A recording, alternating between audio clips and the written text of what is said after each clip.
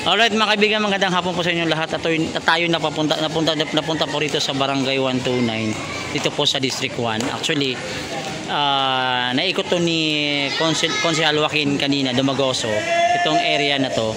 Ang sabi nga dito ni Kagawad, almost nasa 10 houses ang nadamay kasama ang Barangay Hall. So yung Barangay Hall kasi inabot yung taas. So mamaya after this interview natin si Kagawad. Kagawad, magandang hapon sa inyo. Magandang hapon po. Kagawad, ang sabi mo kanina nasa 10 or more almost houses. Pero yung families, individuals? Individual, 165 individual. So ubos to? Apo, pero yung dito naman mga 10 lang naman yan, hindi man nasagad ang gandun eh. Mga light material ho ba? Puro light material. Kaya lang, so yun nga. Kahapon 5:30 nagsimula yan. Tapos sa 6:45, diniklar ang fire out. 6:45. Ngayon, kaya lang wala ka nang magawa kasi pag yung barangay nasunog yung taas, buong opisina, buong taas nasunog. So wala namang nasugatan? Wala namang casualty. That's good. So Kagawad, dahil Sunday ngayon, actually hindi pa ata nakapunta si Yorme, si Konsehal Joaquin pa lang umikot. So I think mabilis naman ang aksyon ng aksyon ng lungsod ng Maynila. So parang napapansin mo ba parang sunod-sunod ang sunog sa Kamaynilaan? Oo nga, hindi natin kahapon may kasabay yata ito. Nauna yung nabotas. Tapos sumunod din dito. Tapos sa Sampaloc. Meron din, Sa Sampaloc, 2 gunshot na kasunod na malaki. So ang banggit ni Sir G. De La Puente kahapon at kanina, nandirito rin, pina-aasikaso ni Yorme yung para sa mga tao pamimigay para mabigyan agad ng aksyon o tulong. Mabilis na aksyon. Bilis nga eh. Kaya inaasahan natin bukas na makakarating sila para mabigyan ng agad na tulong yung mga tao. Ayun naman ang pinangako ni Sir J. De La Puente at ni Konsehal Joaquin Dumagoso. At nagpakain din si Konsehal Jun Ibay. Dito. Bilis kilos. Yorme's Choice. Sila talagang naka-support at naka-alalay sila dito sa Barangay 129. Ayan. So mga kaibigan, tingnan natin dito sitwasyon dito. Actually, mabuti may malaking bahay pa dyan hindi naabot. Ngayon, yung taas na nausukan na pero nagkaroon ng damage Kasi pati water damage, binigyan din ng tulong. Kasama po sa interview. Yung mga nasira, yung mga bubong, yung mga nabasang kagamitan. So sinama na po yun sa Okay, that's good. Pero at least walang casualties, that's a good news. Good news yun yan kasi ang buhay hindi napapalitan, yung gamit napapalitan. So ayan mga kaibigan, Kagawad, thank you. Maraming salamat. Mag-ingat ka, Kagawad Ronnie. Ayan. At ang kamay mo, dami pang madumi. Parang galing ka pa sa... Kanina nagbakas kami ng kisame kasi puro sulit na sila. Pinadala namin lahat. Pati wiring na rin, pinutol na rin siyempre. Wala pang ganyan, wala pang kuryente. Kaya bukas ng umaga, papalap na sa Meralco para masikaso na rin. Alright, Kagawad, thank you. Tingnan ko muna sa loob kung anong sitwasyon dito. Ingat ka ha. Huwag ka papagod, baka papayat ka. So ito yung nadadaan ako sa tulay, andun yung mga yung mga tiyatapon na mga yung nasunog na, mga debris. So ito yung sitwasyon ho rito ngayon. Papakita ko lang. So yung ibata nangunguha tatanso na kanina. Hello po. Magandang hapon. Dadaan na ako sa inyong area. So ito yung mga bubog mga kaibigan. So, medyo ingat tayo dito. Mga light material nga Opo, mga kahoy. Bato iba ba pero kahoy taas. Kaya madaling natupok to. Mabilis. Ito dito dumaan yan, dito yung apoy Kaya inaabot sa Barangay Hall. Sa isang may agad na tinira Kaya sunod na buong Kasi amin yan plywood lang. Plywood lang kaysa Okay. Tsaka katagalan na rin. Oo. Mga ilang taon na yung barangay? Naku, panahon pa po ni Congressman Ernesto Nieva to Tagal na. Bonsai Nieva. Oo, tagal na pala. Ito. So ito po yung sitwasyon dito. So tabi niyan ilog na. Dito sa may harap ng barangay. Okay, hi ate. So, pasok tayo dito. Dandanan tayo. So ito pala to. So may tagusan to.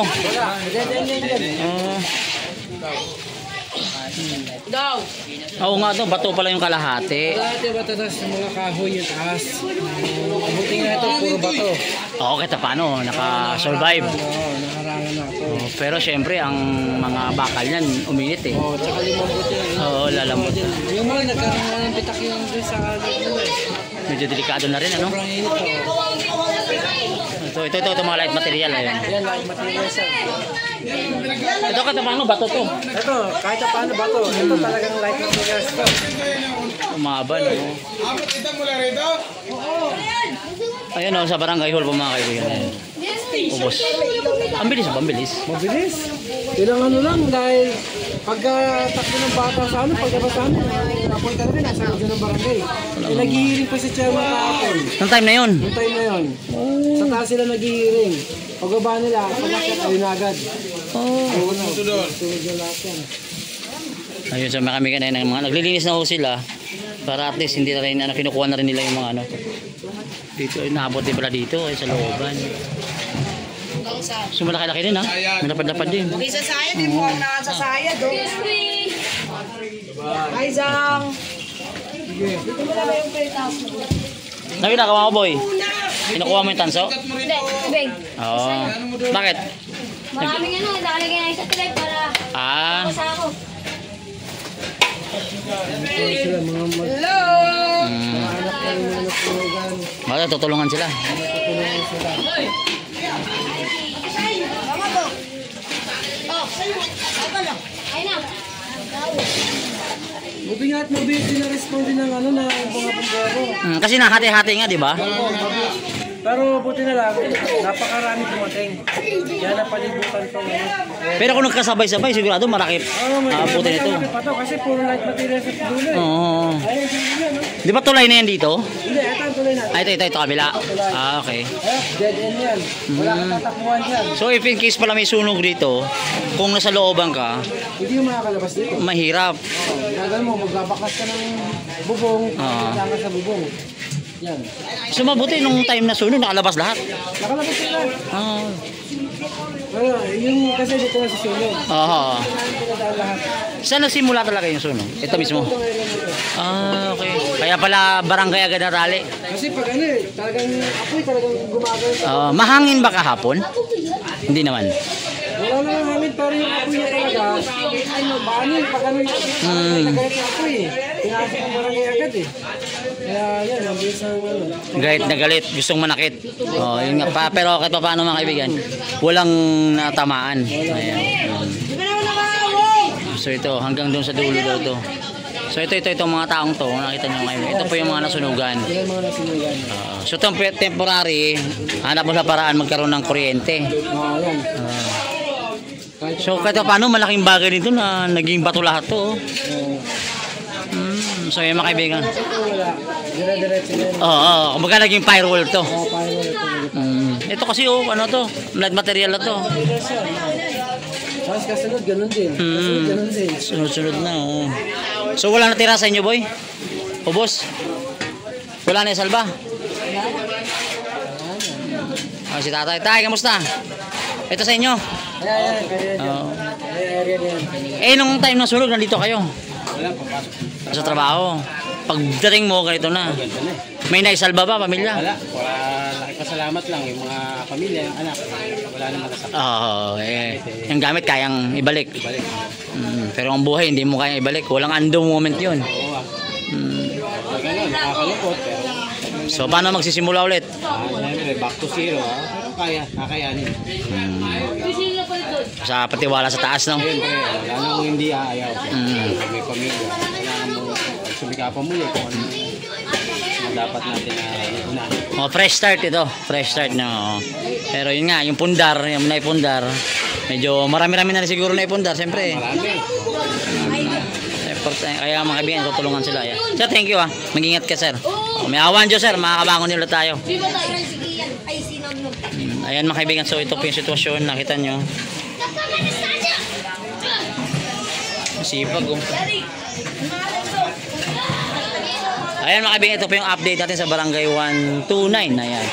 Katabi lang po ito ni Chairman Tumakbong Konsehal Bobby Hernani. Oo, katabi lang to. So, naalala ko, pumunta kami dito nung kasama si Congressman Ernix, tama? Oo, nung nag-house to house. So mga kaibigan, ito po yung update natin dito. Magandang hapon po sa inyo. This is Sean Reds po. Ingat po tayo. God bless po.